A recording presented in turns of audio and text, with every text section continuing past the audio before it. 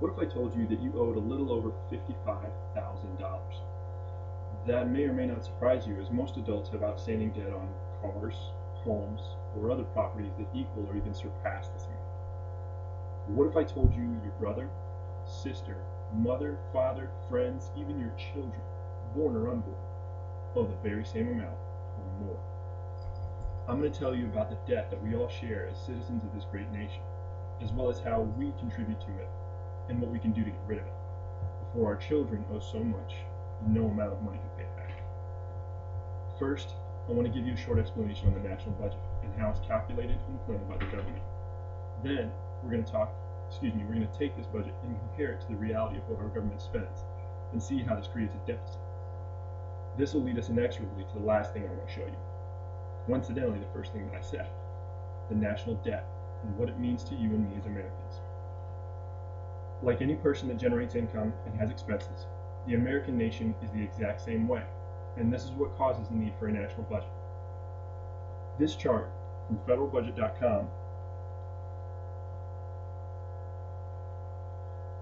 shows just what goes into the expenses of the national budget. You can see at the bottom the main three expenses for our nation for the year of 2012 were Social Security, Health and Human Services, and Department of Defense spending, while some of the lowest expenses include various departments and government agencies, which equal just a bare fraction of a percentage of the overall cost. This next chart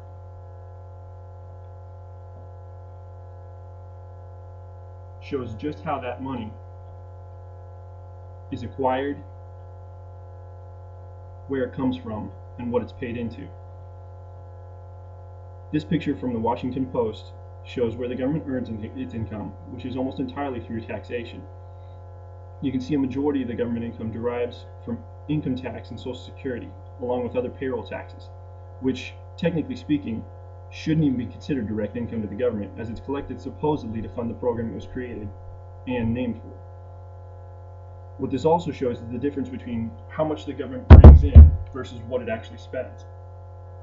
That difference between earning and expenses is what we call a deficit, and you wouldn't believe some of the facts involved when you start talking about the national deficit.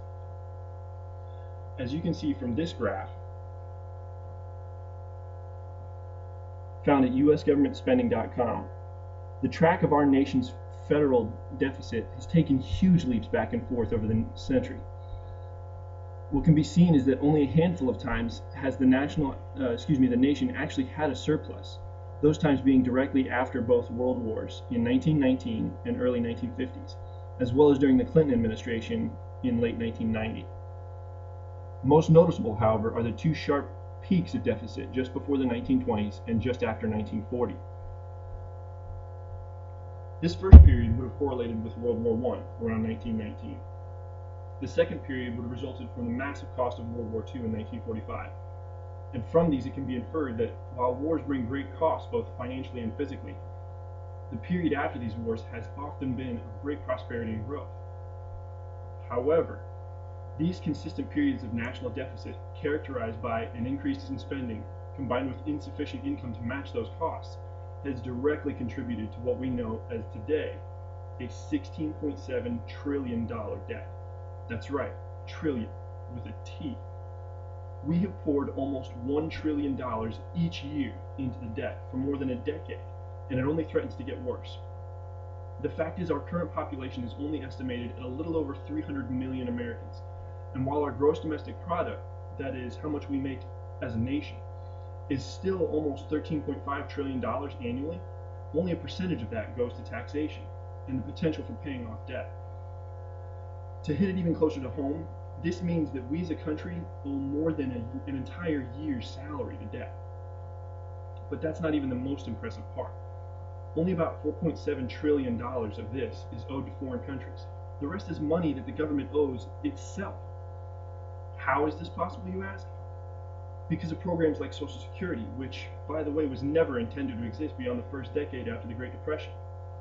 This, coupled with constant borrowing from the program by the government to fund other programs, means money from your pocket, supposed to pay for your security, is being spent how elected officials determine. Also, because of various attempts by previous presidents to cut taxes without responsible government spending cuts to go along with them, the combination of these only adds to the deficit between how much we spend versus how much there actually is to spend.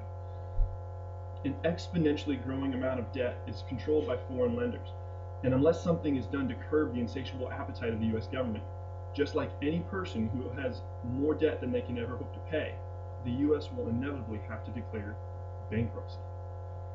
As you can see from the tremendous debt our country has accrued over the last century, a product of our inability to curb spending to within the limits of what we earn, and having a national budget. That national budget is like a homeowner who never locks his front door. The lock, like our budget, only works if you use it. Thank you very much for your time. Hopefully this has been an eye-opening experience for you, and it should shed some light onto what we do as a nation with our budget.